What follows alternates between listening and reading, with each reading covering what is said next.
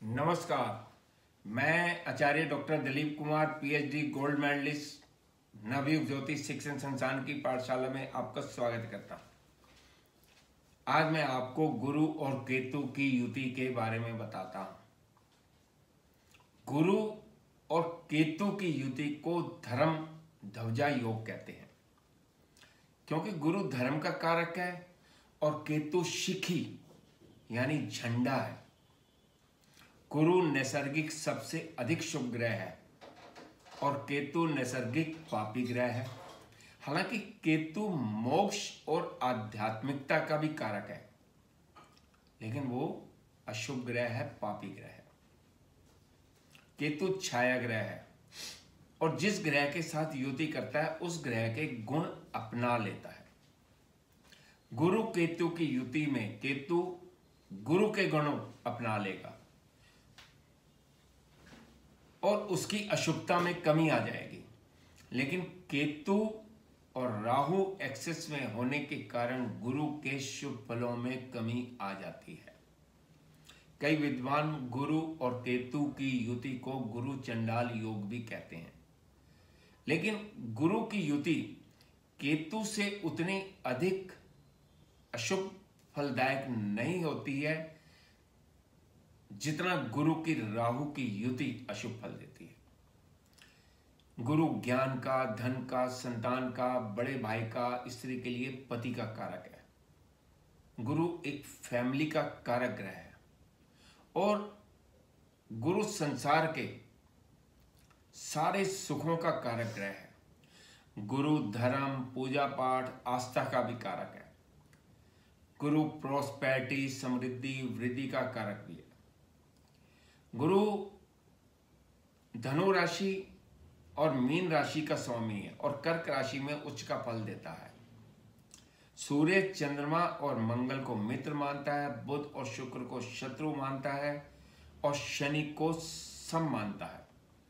कुंडली में यदि गुरु बली हो तो जातक में इंट्यूशन पावर भी बहुत अधिक होती है। गुरु की 3 दृष्टियां होती हैं, 5वीं, 7वीं और 9वीं दृष्टि। और गुरु जिस भाव पर दृष्टि देता है, समझो उस भाव पर अमृत वर्षा हो गई और उस भाव के शुभ फलों में वृद्धि हो जाती है। अब आपको केतु के बारे में बताते हैं। केतु छाया ग्रह है, केतु पाप ग्रह है और अशुभ फलदायक होता है। जिस भाव में भी केतु अकेला बैठा हो उस भाव के शुभ फलों में कमी करता है, लेकिन केतु जिस ग्रह के साथ बैठता है उस ग्रह के फल अपना लेता है, लेकिन उस ग्रह में ग्रहण भी लगा देता है और उसके शुभ फलों में कमी भी कर देता है। केतु मोक्ष कारक और आध्यात्मिकता का कारक है। केतु मंगल के समान है। केतु शिखी यानी कि झंडा है और जिस ग्रह के साथ युति करता है उसके फलों में वृद्धि कर देता है, चाहे वो ग्रह शुभ फल दे या अशुभ दे। केतु पूर्व जन्म की जानकारी भी देता है। केतु चीड़ फाड़, सर्जरी, घाव, एक्सीडेंट, स्किन डिजीज और कुष्ठ रोग का भी कारक ग्रह है। गुरु कुंडली में कारक ग्रह है या अकारक ग्रह है, केतु उसके फल बढ़ा देगा। गुरु धर्म का कारक है और केतु झंडा है, इसीलिए दोनों की युति, केतु और गुरु की युति को धर्म ध्वजा योग भी कहते हैं।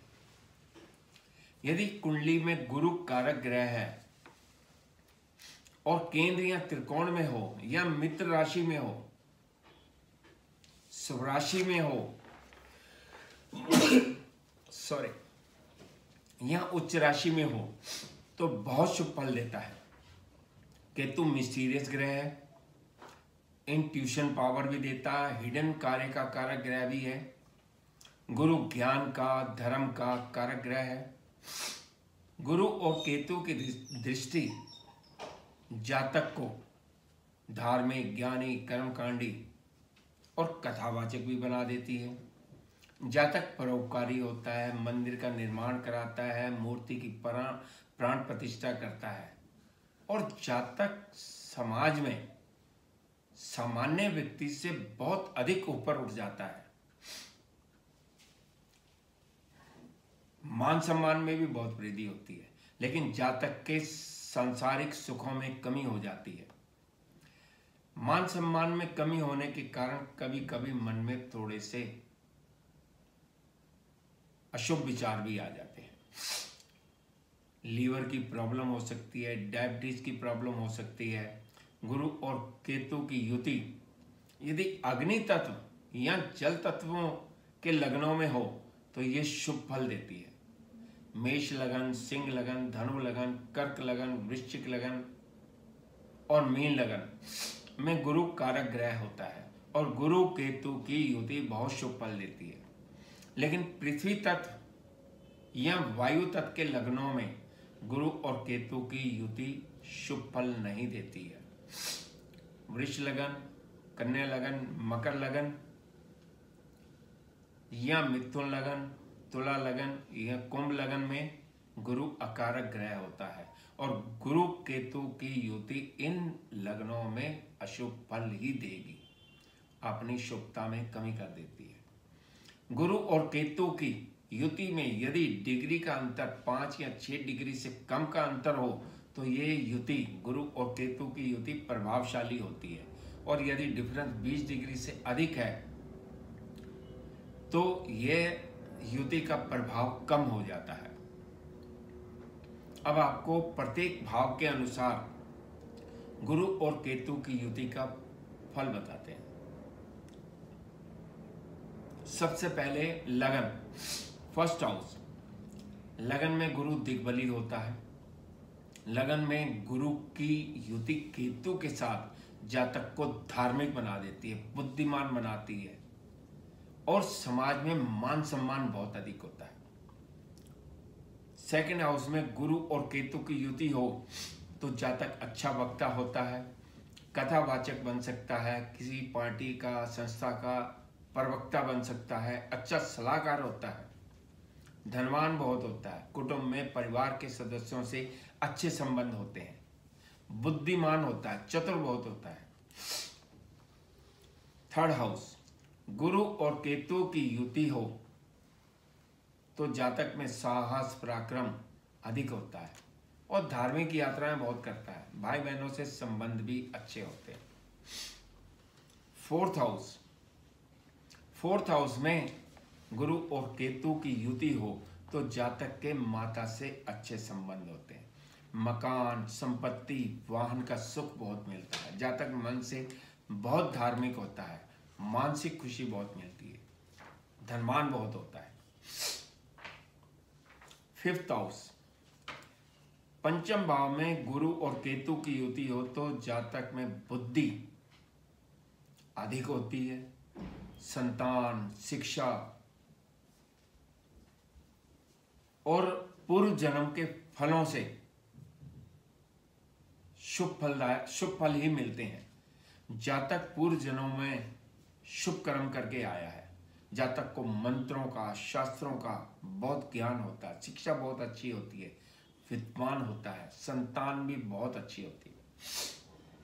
सिक्स्थ हाउस में गुरु और केतु की युति जातक को रोगी बना देती है और जातक को क्या रोग है उस रोग के बारे में पता भी नहीं चलता, बहुत मिस्टीरियस हो जाती है बीमारी, रोग का पता नहीं चलता है। कभी कभार वो लीवर की, किडनी की प्रॉब्लम होती है, डायबिटीज हो सकती है, पेट में तकलीफ रहती है, लेकिन एक्सरे में या एमआरआई में मशीनों से बीमारी एग्जैक्ट कौन सी है पता नहीं चल पाता। गुरु और केतु की युति छठे भाव में शत्रुओं पर विजय प्राप्त होती है।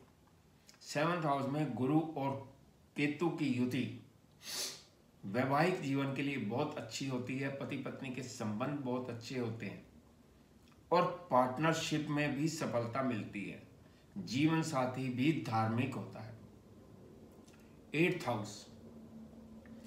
एट्थ हाउस में गुरु और केतु की युति हो तो जातक की रुचि ज्योतिष में, तंत्र मंत्र में, कर्म कांड में बहुत अच्छी होती है, जातक बहुत अच्छा हीलर बन जाता है, इंट्यूशन पावर भी उसके अंदर बहुत अधिक होती है, समाज में मान सम्मान भी बहुत मिलता है।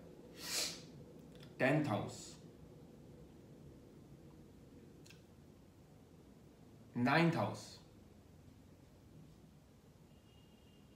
भाग्य भाव में गुरु और केतु की युति बहुत पावरफुल होती है।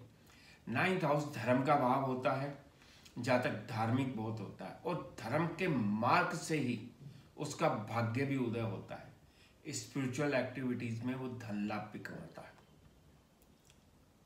10th हाउस, 10th हाउस में गुरु और केतु की युति हो तो जातक स्पिरिचुअल गुरु बन सकता है, रिलीजियस धार्मिक गुरु बन सकता है, तंत्र मंत्र में एक्सपर्ट होता है, अच्छा एस्ट्रोलॉजर बन सकता है, समाज में मान सम्मान बहुत अधिक होता है और सरकार से भी लाभ होता है।